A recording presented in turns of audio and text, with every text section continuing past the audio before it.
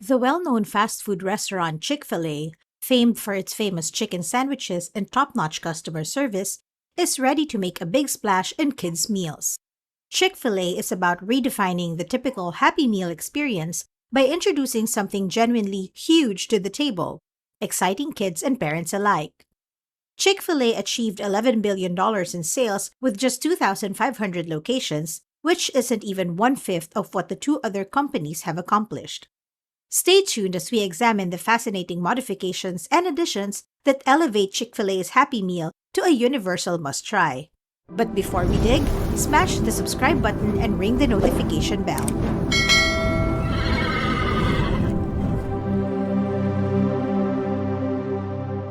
The company's founder, Truett Cathy, motivated by personal views, significantly influenced its charitable initiatives and management ideas. He dedicated over 50 years to teaching Sunday school, creating scholarships, and fostering children. The business has always been privately held, partly due to the founder's belief that its philanthropic focus might need to meet public investors' standards.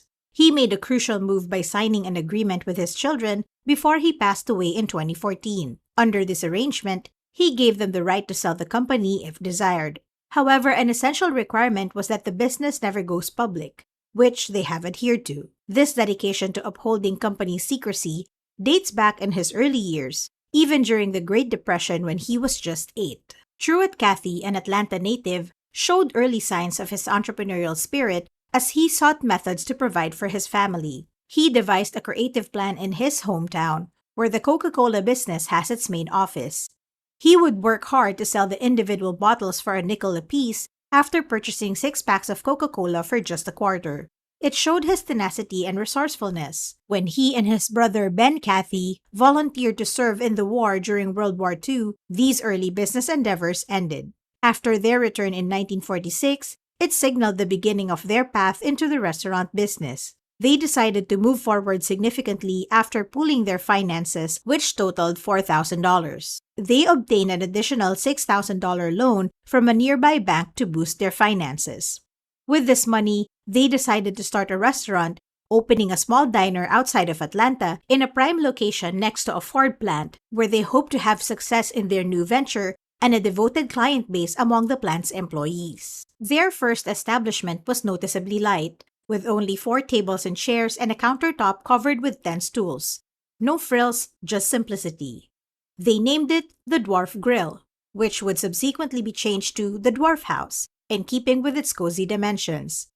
The Cathy brothers kept a rigorous schedule by working a 24-hour shift and managing with their hands-on style. To keep the diner open and operating effectively around the clock, their daily routine usually required one to perform a demanding 12-hour shift before being replaced by the other. You might be aware that Chick-fil-A has stuck to its history of being closed on Sundays, which has always given its sales figure an added layer of impressiveness. Not only are they outpacing Subway in terms of location, but also in terms of operation days. Religious convictions were a factor in this choice. However, Truett Cathy has insisted that the policy was put in place at that time to give himself and others a much-needed vacation from their rigorous schedules. After only 3 years of co-running the business, Ben and a third Cathy brother, Horace, sadly perished in a plane crash. After giving his wife ownership of the Dwarf House, Ben sold it to Truett a year later.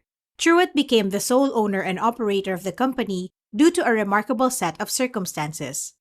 Afterward, he ventured into a second location, which unfortunately didn't fare well as it succumbed to a fire in 1960. Surprisingly, this setback ultimately played a pivotal role in forming Chick-fil-A. Their pinnacle of success can be attributed to none other than the famous Chick-fil-A chicken sandwich, which had one of these sandwiches before.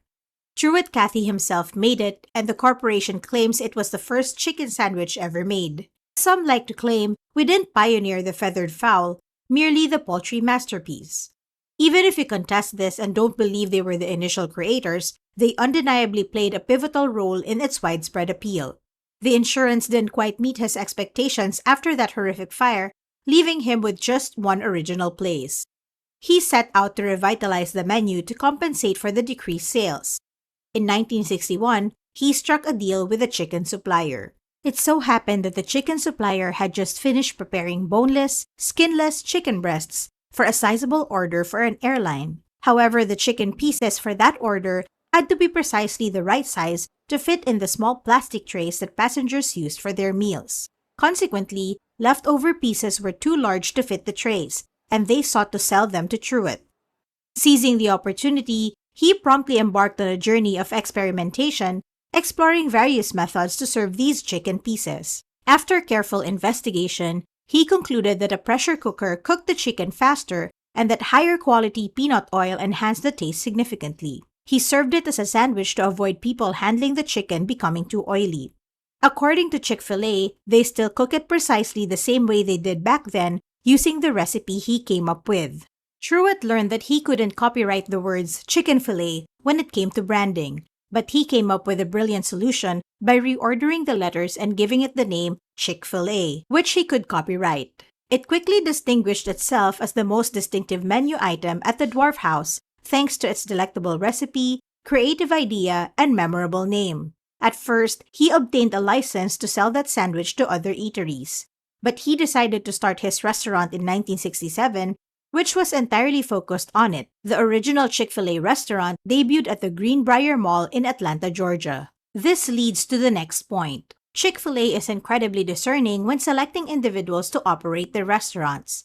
If you're a regular viewer of this channel, you're likely nodding in agreement. Far too often, we've witnessed the dangerous consequences of restaurants becoming overly fixated on expanding their franchise network.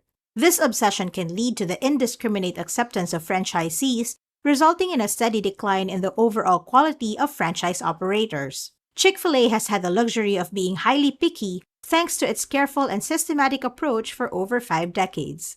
They take a very different approach to the entire procedure. Today, for most fast food chains, you usually need to have a sizable financial resource if you want to create a franchise. You must be willing to commit tens of thousands of dollars and have a total net worth of at least $100,000 to be even somewhat considered. In the case of Chick-fil-A, they don't significantly emphasize your net worth, and their franchise fee is only $10,000. These lower financial barriers make Chick-fil-A an attractive option for a more extensive range of prospective franchisees. They receive about 60,000 applications annually, but it's crucial to remember that they don't open that many locations. Less than 100 of those submitted are ultimately accepted, yielding a grant rate of just over 0.17%. This application process has one of the lowest acceptance rates ever.